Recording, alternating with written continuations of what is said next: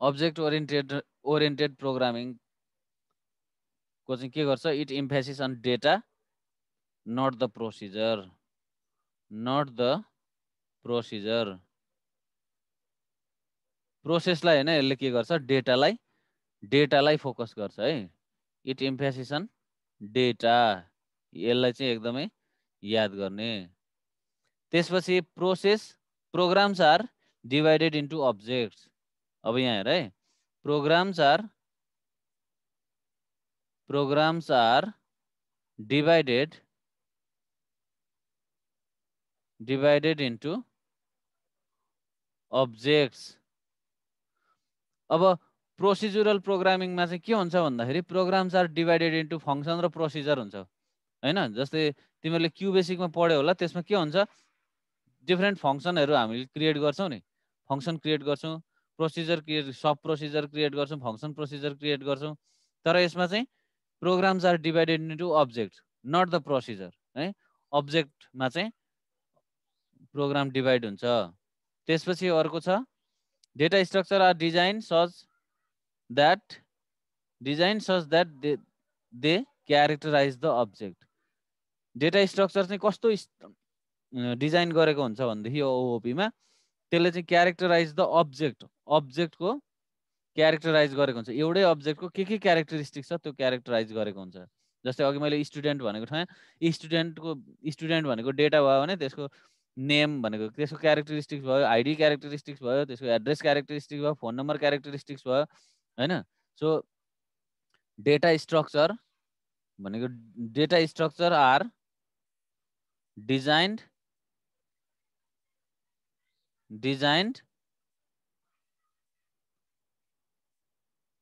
as they characterize the object, as they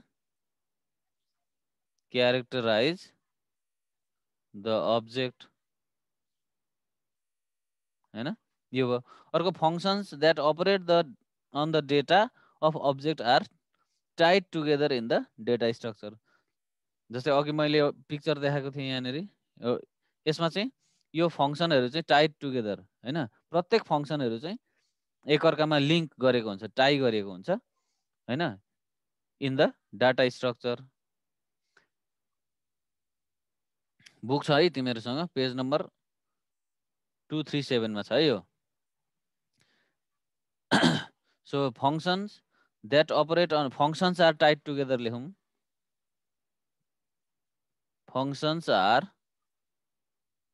tied together होइन in a data structure. Similarly यो OOP कस्तो हुनुपर्छ भन्दाखेरि data is hidden and can not be access by external. Data चाहिँ hidden हुन्छ, data चाहिँ normally can not be access भन्छ है। डेटालाई चाहिँ data are hidden and can not be होइन accessed by external function, accessed by external function.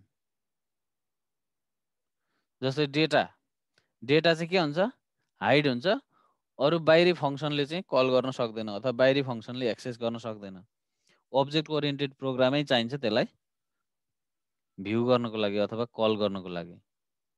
Similarly objects may communicate with each other through function. Object केले communicate गर्छ भन्दाखेरि फङ्सनले communicate गर्छ। यहाँ हेर त, यो एउटा अब्जेक्ट भयो, यसले यसको प्रत्येकको फङ्सन, प्रत्येक अब्जेक्टको के हुन्छ, फङ्सन हुन्छ। र अब्जेक्टको कम्युनिकेसन गर्नु पर्यो भने के हुन्छ, यो चाहिँ फङ्सनबाट कम्युनिकेट हुन्छ। फङ्सनलाई मात्रै जोडेको छ यहाँ हेर है, फङ्सनलाई मात्रै जोडेको छ। अब्जेक्ट कम्युनिकेट गर्नु पर्यो भने केबाट गर्छ, फङ्सनबाट कम्युनिकेट गर्छ है।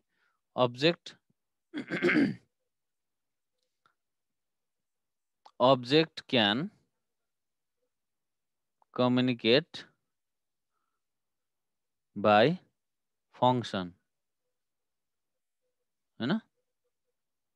Object can communicate by function. त्यसपछि new data and function can be added where necessary. जहाँनेरि हामीलाई आवश्यकता पर्यो त्यहाँनेरि हामीले डेटा र फङ्सन एड गर्न सक्छौँ। तर यदि हाम्रो प्रोसिजुरल बेस्ड प्रोग्रामिङ हो भने त्यसमा चाहिँ सकिँदैन। यो अब्जेक्ट ओरिएन्टेडमा हामीलाई जहाँनेरि एड गर्न मन लाग्यो त्यहाँ एड गर्न सक्छौँ। So new data and function can be added wherever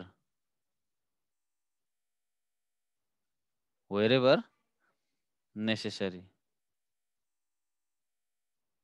हामीलाई नयाँ डेटा र फङ्सन एड गर्नु पर्यो भने जहाँ एड गर्न मन लाग्यो हामीले त्यहीँ एड गर्न सक्छौँ ओओपीमा। तर प्रोसिजुरल प्रोग्रामिङमा त्यो हामीले गर्न सक्दैनौँ। र अर्को मोस्ट इम्पोर्टेन्ट पोइन्ट भनेको ओओपीको बिर्सिनै नहुने, it is bottom up approach. It is bottom up approach, bottom up है अप्रोच इज फलोड।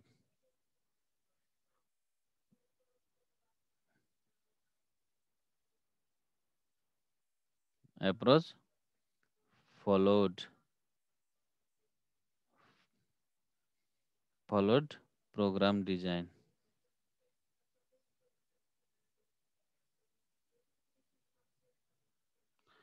यो चाहिँ कस्तो हो भने bottom up approach. Procedural programming भनेको चाहिँ टप डाउन अप्रोच सम्झिने है। टप डाउन अप्रोच भन्छ प्रोसिजुरललाई चाहिँ। म यहाँ ब्राकेटमा लेखिदिइरहेको छु, वेयर प्रोसिजुरल ओरिएन्टेड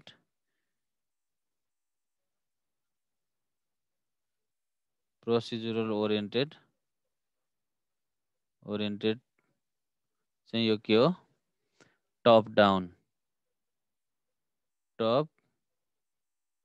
अप्रोच है। यो चाहिँ बटम अप अप्रोच हो, प्रोसिजुरल चाहिँ टप डाउन अप्रोच। डिफरेन्स छुट्याउने आउँछ।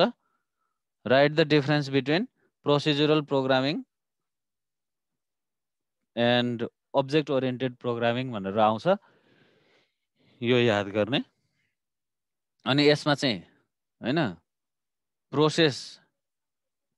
प्रोसिजुरलमा प्रोसेस चाहिँ के हुन्छ, सेन्ट्रलाइज हुन्छ। प्रोसेसलाई इम्फेसिस दिन्छ, प्रोसेसलाई फोकस गरिन्छ, स्टेप्सलाई फोकस गरिन्छ। तर ओओपीमा चाहिँ अब्जेक्टलाई, इन्टिटीलाई, डेटालाई, थिङ्सलाई चाहिँ फोकस गरिन्छ।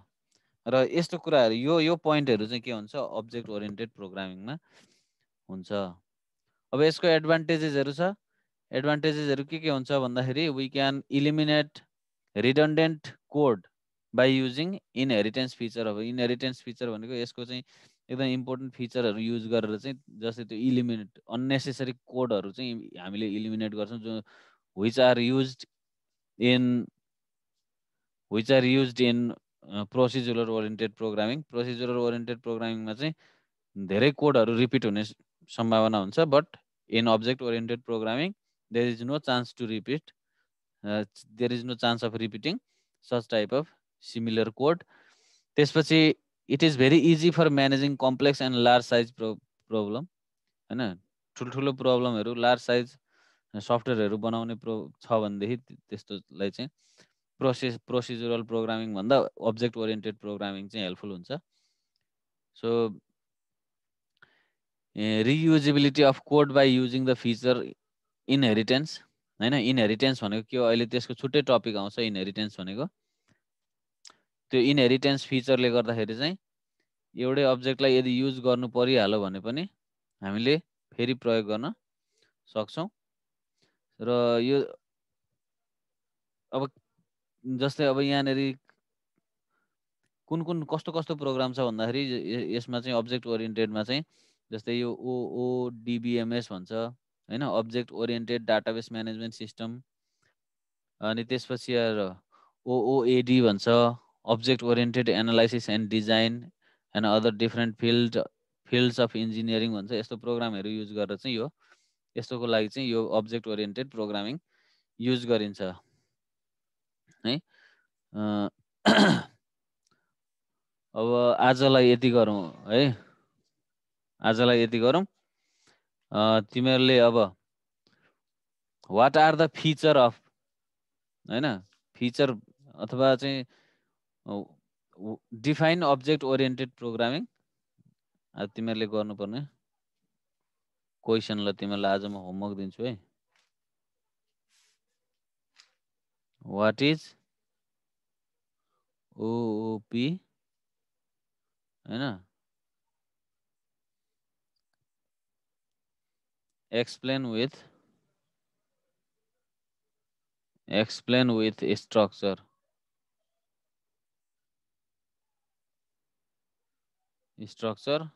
र अर्को छ what are the advantage, Rajiv Nagar न,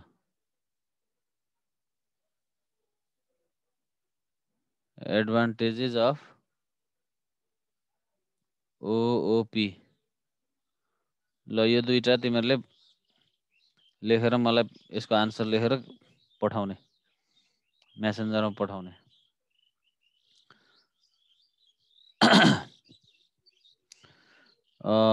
अरू केही छ यसमा, ओओपीमा सोध्नुपर्ने केही छ?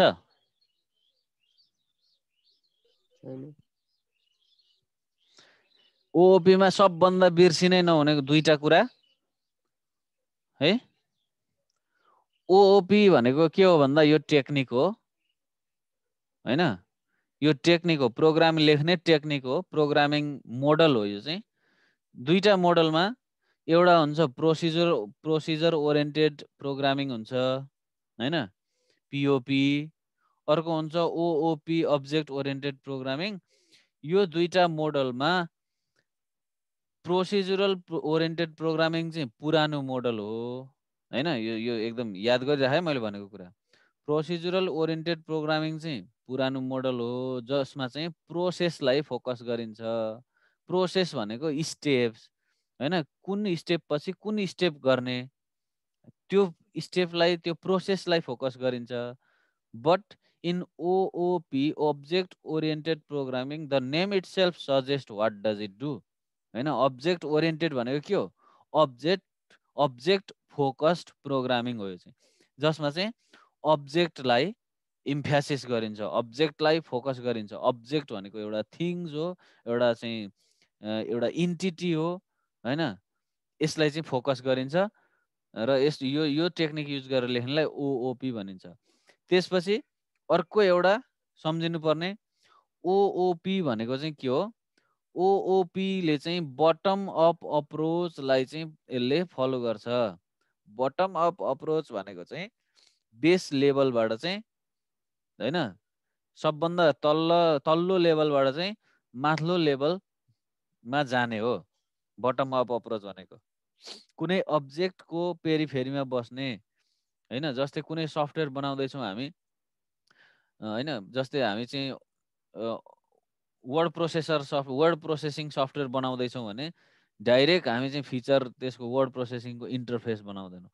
के गर्छौँ? बटम अप अप्रोच भनेको चाहिँ त्यसको सबैभन्दा सानो कम्पोनेन्ट के हो, जस्तै बोल्ड कसरी गर्ने, इटालिक कसरी बनाउने, होइन, त्यो फिचरहरू भनेको टेक्स्ट फर्मेटिङको फिचरहरूबाट हामी सुरु गर्छौँ र लास्टमा त्यसलाई कम्पाइल गर्दै गर्दै गएर वर्ड प्रोसेसर बनाउँछौँ।